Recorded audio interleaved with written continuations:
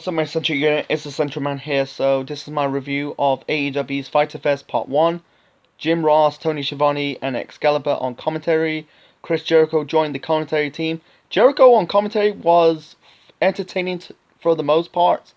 The first match to kick off Fyter Fest Part 1, we got a tag team match between NGF and Wardlow, taking on the two members of the Jungle Express, that is Jungle Boy Jack Perry and the Luchasaurus. Before the start of this match, you had MGF cutting a promo, basically taking shots at the Jungle Express, and also said about he leading the line of the ratings war.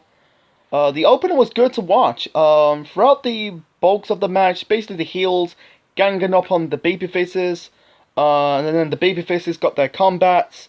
You had the Luchasaurus and Jungle Boy did like high fly maneuvers onto Wardlow and NGF. I think Jungle Boy hit like a Canadian destroyer onto MGF, and he led. Jericho said on commentary, "Happy Canada's Day," because it's the Canadian destroyer.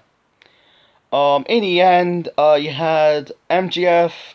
He was about to hit Luchasaurus with a ring shot, but instead he accidentally hit Wardlow instead. In the end, the babyfaces got the victory. I'm guessing like Wardlow is the person got pinned. I'm guessing they are protecting MGF. The commentary said that MGF so far haven't got pinned or submitted in his time in AEW. I don't know if that's true. Anyway, so the next match, we got the AEW Women's title match between Hikaru Shida defending the belt against Penelope Ford. The referee kicked out Kip Sabian, and Sabian took Shida's kendo stick. Really, at the beginning of the match, you had Shida dominate this match from the beginning, and then Ford kind of like turns the tide. Ford's background is gymnastics. You know, she had a lot of acrobatic background. Like one more of the match, you had Shida was going for like a high flying maneuver, and she, I'm talking about Ford here. Ford did like a acrobatic bend to avoid like a high flying maneuver by Shida. She hit Shida with the like a stunner. She hit like a acrobatic splash, a acrobatic cutter onto Shida. Shida hit the what's it called, the Falcon's arrow onto Ford. Ford kicked out. In the end, Shida hit like a Shining Wizard onto Ford to win this match and retain the women's title. And it was really awesome, because Ford, I think she's, I don't know, I never seen Ford actually wrestle before. I saw her in with her match with Chris Statlander. This is like a month ago, but in her match with Shida, she really did well. She kind of like pushing Shida to the limit. So I can see Ford winning the title in the near future.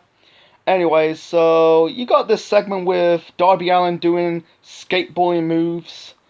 I don't know why. I don't know why it's going to build up to it. Anyway, so the next match, we got the TNT Championship match between Cody Rhodes taking on one member of the Inner Circle, that is Jake Hager, with his wife on ringside. And you had Orange Cassidy on commentary. He sits on the other side of the commentary table. It's just building up the match between Orange Cassidy and Jericho for next week's Part 2 of Fyter Fest. Back to this match between Cody and Hager. It was a fun match. Like one more of the match, you had Hager going after Arn Anderson. Every time Cody does like gain some momentum, it gets cut off by Hager. Cody hit like this type of cutter onto Hager. Hager locking the ankle lock onto Cody. Cody reached the ropes, and then you got Jake Hager's wife smacking Cody. In the end, you had Hager was about to lock Cody in a type of a triangle hold, or if you watch MMA fights, but Cody counted into a roll up to win this match. And after that, Hager got pissed off at the referee, and then Hager basically KO'd the referee, and then you got this confrontation between Orange Cassidy and Chris Jericho. It's just basically building up their match for next week. And then we got a normal tag team match between the Private Party taking on the other members of the Inner Circle, that is Santana and Ortiz. Was it Proud and Powerful? And you got Unbreakable Matt Hardy in the Private Party's corner. The match was just basically to me. Nothing special. In the end, you had the Private Party I think he pulled down one of the Proud and Powerful's bandana and hit one of the members of Proud and Powerful with a, what's it called, Juice and Gin cutter tag team maneuver to win this match. Yeah, it was just more of a calm down match. Nothing special. More like an improv 2 match.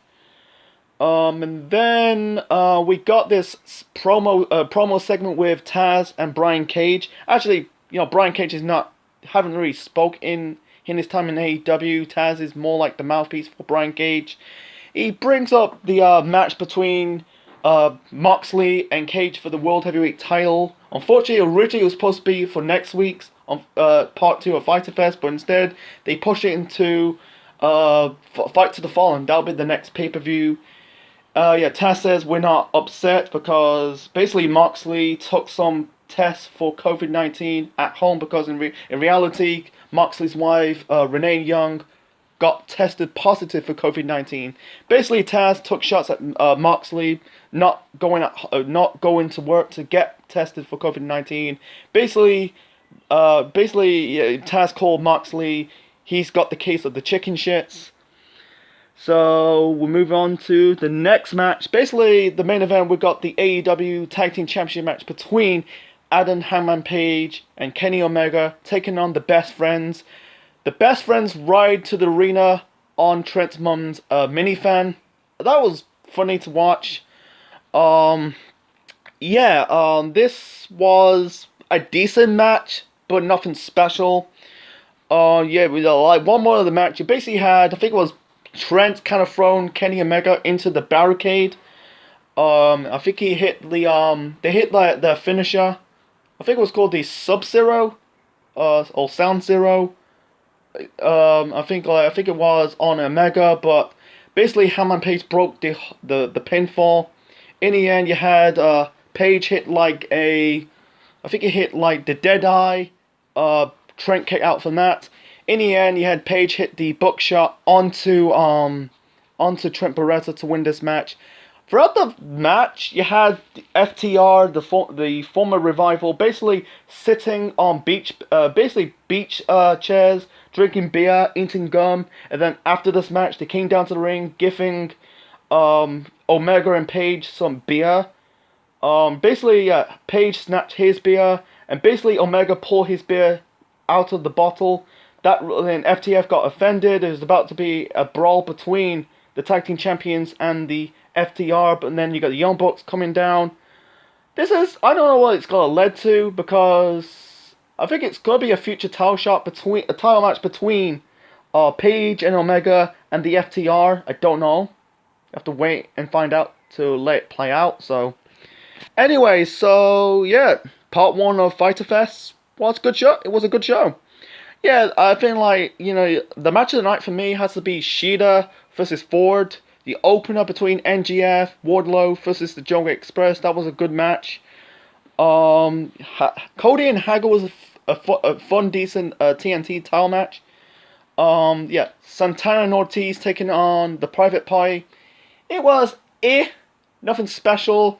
The main event, it was alright for what it is. Wasn't like a great match, but it was a decent match. It was nothing special. So that's my review. Oh, by the way, did I give it a rating? I give it about probably 7. Actually, I'll give it an 8. An 8 out of 10. So that's my review of AEW's Fyter Fest Part 1. Hope you like it. Leave your thoughts in the comment section below. Smash the like button and subscribe to the Central Man Network on YouTube. Next time, we see you for Part 2. So this is Central Man officially signing out. Check you later.